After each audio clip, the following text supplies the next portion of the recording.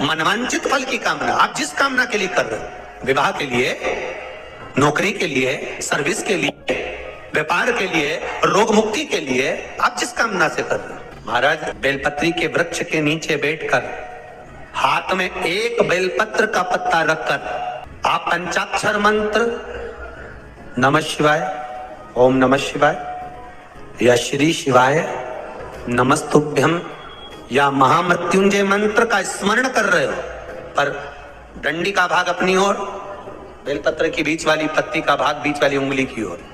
रखकर अगर आप स्मरण कर रहे हैं और अपनी कामना कर कर बेलपत्री के वृक्ष के नीचे बैठकर उस पत्ते को सम्मुख रखकर बाबा से विनय कर कर एकांत में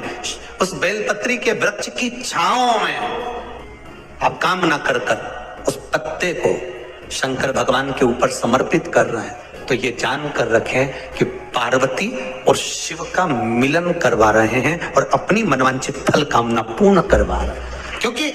शिव और पार्वती का जब मिलन होता है, शंकर पार्वती जब एक दूसरे के सम्मुख में होते हैं, शिव और पार्वती जब एक दूसरे के सामने अपने बच्चों के कारण एक दूसरे के सम्मुख में आते हैं, तो उनके चेहरे पर प्रसन्नता का भाव आ जाता है। बस उस कह कभी सोमवार का दिन हो, क्योंकि शंकर जी को सोम प्रिय है, शिव जी को प्रिय है। घर में 2 दिए हमेशा रखना चाहिए, घी का दिया हो चाहे तेल का दिया। ज्यादा से ज्यादा दियों को बदलना नहीं चाहिए। जैसे मालूम पड़े आज ये वाला दिया लगा दिया, फिर 15 दिन चला उसको फेंक दिया, दूसरा दिया लगा दिया। शास्त्र कहता है, शिव महापुराण कहती है, जिसके घर में दिया एक लेता है और वही दिए में निरंतर बत्ती लगती रहती है, तो उसके घर में संपदा की वृद्धि होती रहती है। दिया ज्यादा नहीं बदलना। सोमवार की सोमवार शाम के समय अगर बेलपत्र के पेड़ के नीचे घी का दिया लगाकर आए, 5 सोमवार लगाकर आइए, अपने आप लक्ष्मी में बरकत बनना चालू हो जाती है, संपदा बढ़ना चालू हो जाती है। कोई विशेष परीक्षा है आपकी, आप चाहते हो कि इस परीक्षा में मैं पास हो जाऊं और बहुत जरूरी है मेरा पास होना, मैं बहुत बार दे चुका हूं, बहुत बार दे चुकी हूं, तो प्रयास करना एग्जाम के पहले कोई सोमवार पड़े, त्रिपुरा सुंदरी माता का नाम लेकर उत्तर की ओर मुख कर कर गन्ने का रस, शुगर का रस, गन्ने का रस, ईख का रस लेकर दोनों हाथों में कलश में भरकर नाम और गोत्र आपका बोलकर मन की कामना कर कर, जैसे कांवड़ शिव जी को चढ़ाते हैं दोनों हाथ से, उसी तरह वो गन्ने का रस से शंकर जी का अभिषेक त्रिपुरा सुंदरी के भाव से कर दीजिए महाराज। ऐसा कोई एग्जाम नहीं होगा जिसमें आप पास नहीं हो सकते, निकल ही जाओ, निकल ही जाओ। त्रिपुरा सुंदरी माता का स्मरण, मात्र स्मरण सुख का देगा। जिसका विवेक कमजोर हो, बुद्धि कमजोर हो, महाराज एकांत में रहना पसंद करते हो, बोलना पसंद नहीं, हंसना पसंद नहीं, किसी में मिलना पसंद नहीं, एकांत का वासा ही ज्यादा पसंद हो। कई कई बहुएं, कई बेटे ऐसे होते हैं जिनको अपने अपना स्वार्थ, दूसरे से परिवार में किसी से मतलब ही नहीं रह पाता, किसी से अच्छे से बोलते नहीं, कमरे में गए अकेले बैठ गए, पति आया उससे बात कर लिए, अपनों से बात कर लिए, बाकी किसी से बोलना ही चलना नहीं। तो उसके लिए भी गन्ने का जो रस होता है महाराज, गन्ने का जो रस होता है, उस रस में सफेद तिल्ली को पीस कर जो व्यक्ति का स्वभाव अपने को सुधारना है, सब में मिलनसान करना है, तो शंकर भगवान के शिवलिंग के बीच में जो अशोक सुंदरी का स्थान होता है, वहां पर उस जल को चढ़ा दिया जाता है, उस रस को समर्पित करा जाता है। एक कार्य और है हमारा, कोई फैक्ट्री, कोई दुकान, कोई व्यापार, कोई व्यवसाय या कोई ऐसी जगह जहां आपको फल ही नहीं रही है, आप बड़े दुखी हो गए यहाँ आए जब से या इस मकान में रह रहे हो तब से, तो एक कटोरे में जो ईख होता है, गन्ना होता है, उसको छील कर उसके 11 टुकड़े, 11 बेलपत्र, 11 शमी पत्र घर के किसी भी स्थान पर रख दीजिए